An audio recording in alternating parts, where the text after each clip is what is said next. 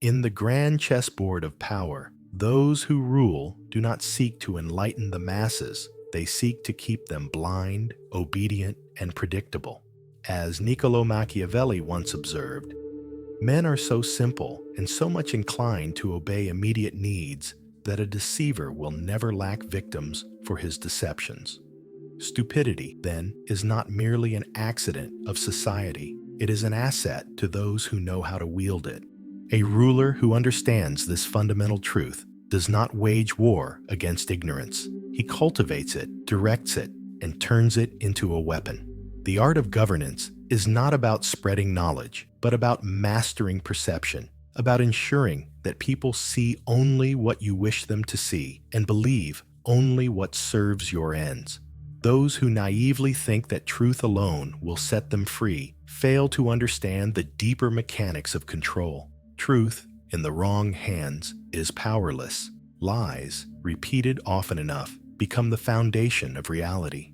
History has shown us that the most enduring forms of power are not those built on brute force, but those secured through the careful engineering of ignorance. A prince, a statesman, a corporate magnate, each must recognize that an informed populace is a dangerous populace. The wise ruler knows that people do not crave complexity. They desire simplicity, comfort, and the illusion of autonomy. Therefore, he does not fight against stupidity. He shapes it, refines it, and uses it as both a shield and a sword. This is the key to understanding power, not through the lens of morality, nor through the naive belief that education alone will liberate mankind, but through the brutal recognition that true influence belongs to those who know how to manufacture reality itself. And so, we ask, do you wish to be among those who are ruled or among those who rule? To understand this, we need to see what Machiavelli warns us about stupidity as a way to control society.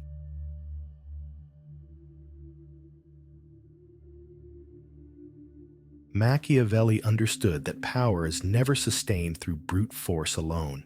The most effective rulers are not those who seek to enlighten their subjects, but those who master the delicate art of keeping them docile, confused, and dependent. Stupidity, when properly cultivated, is not a weakness in a population. It is a tool. It ensures that the masses do not question authority, do not challenge the status quo, and most importantly, do not realize they are being manipulated. The first principle of power is control over perception. As Machiavelli warned, men judge more by the eye than by the hand, for everyone can see, but few can touch. The wise ruler does not need to restrict freedoms overtly. He only needs to shape what the people perceive as true. Through carefully curated narratives, misinformation, and the suppression of independent thought, a ruler can ensure that stupidity is not merely tolerated but actively reinforced. The masses, trapped in a fog of propaganda, come to believe that their ignorance is a virtue rather than a defect.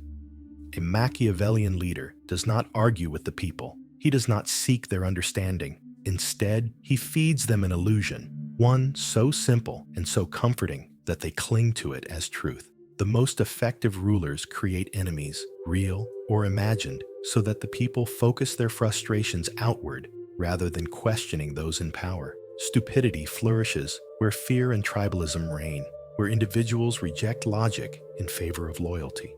Nowhere is this more evident than in the engineered outrage cycles of social media. Platforms like Twitter, Facebook, and TikTok have perfected the art of manufacturing enemies, creating a constant state of digital warfare where users are locked in ideological battles that serve no real purpose beyond engagement metrics.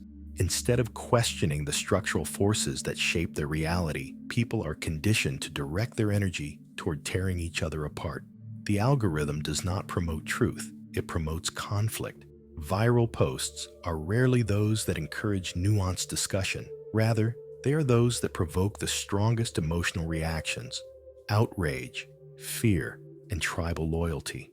The brilliance of this system is that it requires no direct censorship. Instead of suppressing voices, rulers and corporate elites allow a flood of information so overwhelming that the masses become trapped in a cycle of reaction rather than reflection.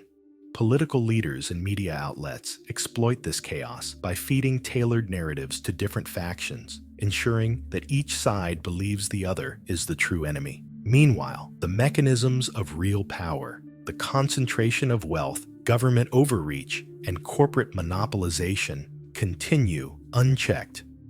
The truly cunning ruler does not crush rebellion through violence. He makes sure rebellion never begins. He offers the illusion of democracy, the illusion of free speech, the illusion of change, while ensuring that real power remains concentrated. He allows the people to argue over meaningless matters, while the true mechanisms of control remain untouched. Give the masses distractions, and they will never ask who holds the reins. Machiavelli knew that intelligence is dangerous in the hands of the ruled. Whosoever desires constant success must change his conduct with the times, he wrote, and no group changes the course of history more than those who think critically. To prevent this, the ruler must ensure that intellectuals are cast as untrustworthy, disconnected, or elitist. He must make complexity seem like deception and intelligence seem like arrogance. The ignorant will then believe that they are the virtuous ones, the true representatives of the people, while scholars and skeptics are dismissed as threats to stability. Through these methods, stupidity ceases to be an accident and becomes a designed instrument of rule. A leader does not seek to eradicate it. He refines it, cultivates it, and ensures that it serves his purpose. Because in a world where the blind follow the blind, the one-eyed man is king. If rulers cultivate stupidity to maintain power, corporations refine it to maximize profit. The manipulation of the masses does not rest solely in the hands of politicians. It extends into the very fabric of the economic system. Stupidity is a business model, and those who control the flow of wealth understand that an ignorant consumer is the most valuable commodity of all.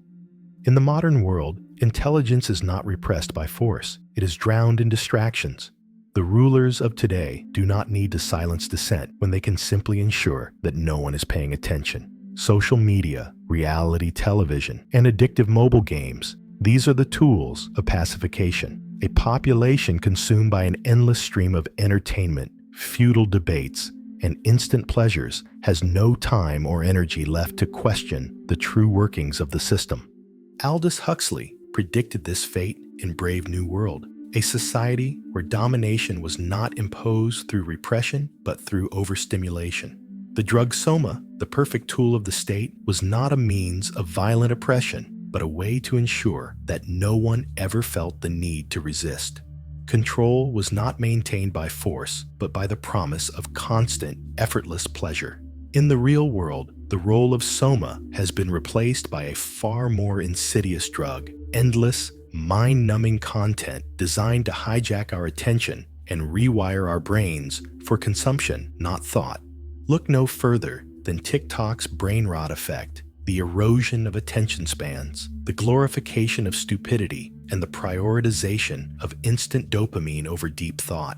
Each video, no longer than a few seconds, bombards users with an unending stream of trivial, low-effort content designed not to inform or enlighten, but to keep them scrolling indefinitely. Intellectual discourse is reduced to 10-second sound bites, complex issues are turned into meaningless trends, and the algorithm ensures that the most engaging, outrageous, and brain-dead content rises to the top. Huxley's nightmare was not of a state that burns books, but of a society that no longer cares to read them. He feared a world where truth would be drowned in a sea of irrelevance, where thinking itself would become boring, exhausting, and ultimately obsolete. That world is not just hypothetical, it is the one we live in today. Machiavelli advised rulers to keep the people occupied with controlled narratives, but corporations have taken it a step further. They have hijacked the very nature of human attention, weaponizing overstimulation to ensure that the masses remain passive, distracted, and incapable of independent thought. The more attention people waste on the irrelevant, the less they perceive what truly matters. A thinking man buys what he needs. A fool buys what he is told to desire. Advertisers do not sell products. They sell illusions, carefully crafting narratives that convince the masses that their worth is measured by what they consume. Corporate power does not operate by brute force, it operates by conditioning. It teaches that a person's identity is found in the brand they wear, the car they drive, the phone they hold in their hands. The more a person defines their worth through possessions, the more easily they are controlled. They become a puppet, their strings pulled by manufactured desires. A truly dangerous mind is one that understands the systems of power that govern it. Therefore, those who rule through commerce ensure that such understanding is nearly impossible to achieve.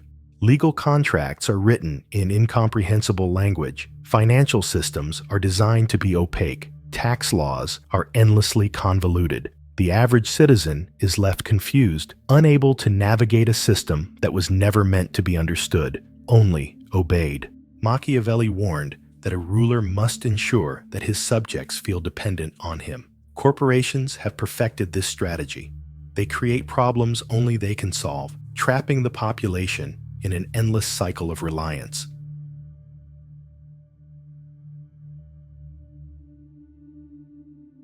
A ruler does not need whips and chains to maintain control. He needs a school system that molds citizens into predictable, obedient subjects. Education, when wielded by those in power, does not serve the purpose of enlightenment. It serves the purpose of compliance. The most successful rulers understand that a truly free-thinking population is a threat to authority. Therefore, instead of forbidding knowledge outright, they shape what kind of knowledge is allowed, ensuring that education becomes an instrument not of liberation, but of control. Most people believe that education exists to cultivate intelligence, but this is only partially true. The true function of mainstream education is to condition individuals to accept information without question. From an early age, students are trained not to think independently, but to memorize and regurgitate predetermined narratives. Schools do not encourage creativity or skepticism. They reward obedience and punish dissent. This is why critical thinking is systematically stripped from mainstream curricula. Philosophy, rhetoric, and logic, the very tools necessary for questioning authority, are either minimized or absent altogether. Instead, education becomes an endless cycle of standardized tests, rote memorization, and blind acceptance of historical and scientific facts that often serve the interests of the ruling class.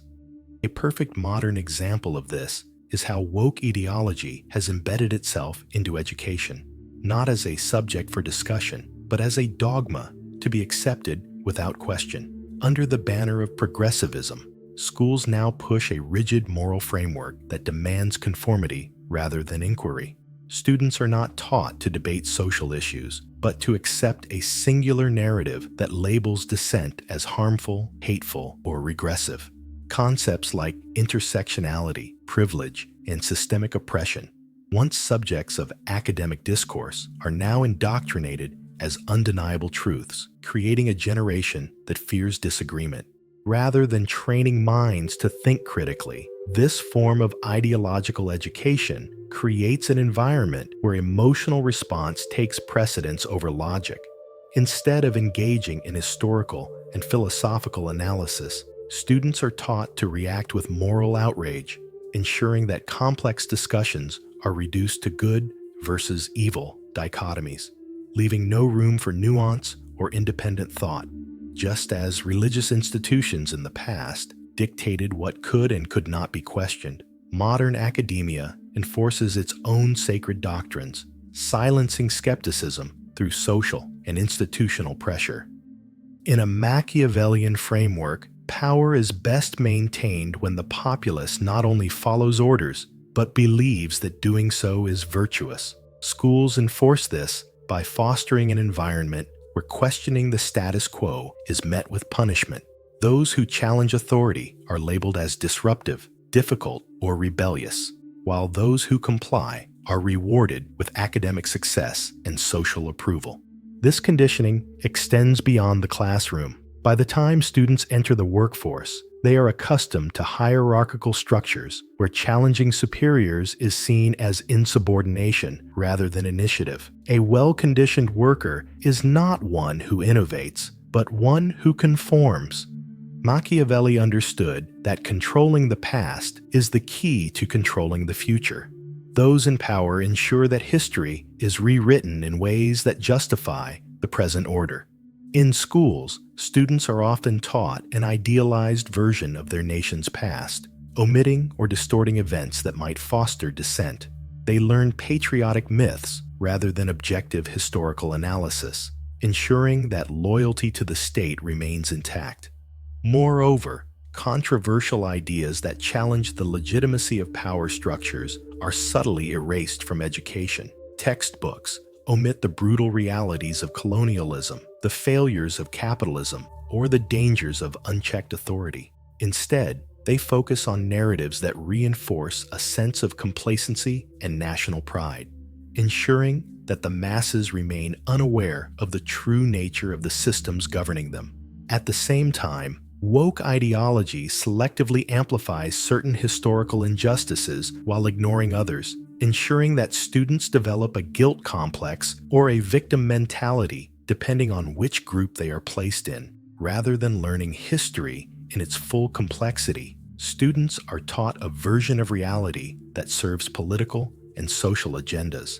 The goal is not knowledge, it is emotional conditioning.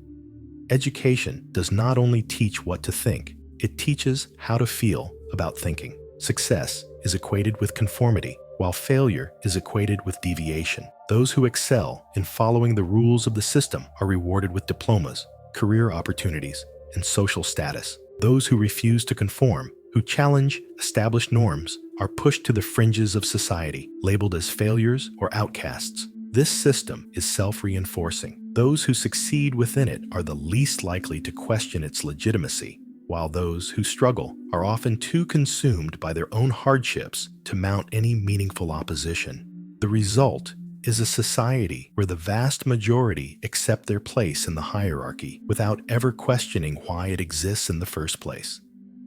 At its core, the purpose of modern education is not to create independent thinkers. It is to produce passive citizens who can function within the system without challenging it. A ruler does not want an educated populace that questions the foundations of power. He wants a population that knows just enough to be useful, but not enough to be dangerous. By shaping the educational system to prioritize obedience over critical thinking, emotional reaction over reason, and ideological conformity over intellectual curiosity, those in power maintain a grip over society that is far stronger than any military force. The greatest trick the ruling class has ever pulled is convincing the masses that their intellectual chains are, in fact, wings. And so, we must ask, if education is designed to serve power rather than truth, what steps must one take to escape the cycle of ignorance? Machiavelli would not advise you to fight stupidity. He would tell you to use it to your advantage, or in the worst-case scenario, recognize if stupidity is being used to domesticate you. The truly cunning ruler does not despair at the ignorance of the masses. He sees it as an opportunity. The art of power lies not in eliminating stupidity, but in guiding it, shaping it, and turning it into an instrument of control.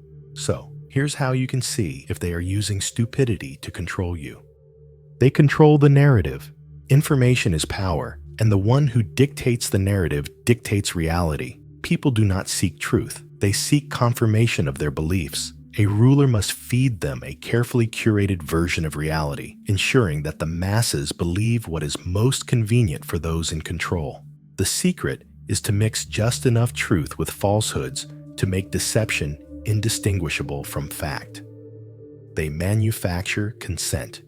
The most effective form of control is not the one that is imposed by force, but the one that is willingly accepted. The masses must believe that their obedience is a choice, that their submission is in their best interest. This is done by creating crises, instilling fear, and then presenting yourself as the only solution. A ruler who understands this principle will always be needed, always be followed, and always be feared just enough to command respect. They encourage division. A divided population is easier to rule. When people are busy fighting among themselves over politics, religion, or social issues, they will never unite against those who truly hold power. A wise ruler fosters tribalism, encouraging ideological battles that serve as a distraction from the real mechanisms of control. Control education, control the future. The shaping of young minds determines the fate of a nation. Control what the next generation learns, and you control how they think. Keep them entertained, keep them docile, and most importantly, keep them too busy chasing trivial successes to ever question the system they are part of. They reward loyalty and punish dissent. People must understand that obedience leads to rewards, while rebellion leads to suffering. A ruler must ensure that those who conform are given security, employment, and validation, while those who challenge authority are ostracized, impoverished, or discredited. They keep the people pacified. Bread and circuses. This ancient strategy remains one of the most effective tools of control. As long as people are fed, entertained, and distracted, they will not rebel. Flood their lives with entertainment, superficial pleasures, and mindless consumption, and they will be too occupied to ever seek real change. They maintain an aura of mystery and authority. Machiavelli advised rulers to never be completely predictable. If people know your next move, they can anticipate and counteract it. A ruler must always keep an element of uncertainty, a sense that they hold knowledge and power beyond the understanding of the common man. The world is not ruled by those who are right, nor by those who are good. It is ruled by those who understand how to play the game. The masses will always exist in a state of ignorance, guided by those who know how to wield information and perception as weapons. The question is, will you be among the manipulated, or will you learn to use these principles to carve your own path to power? In the end, Machiavelli would not tell you to be a victim of the system, he would tell you to master it. Because in a world where control is the only currency that matters, the greatest power belongs to those who understand that stupidity is not a defect, it is a resource.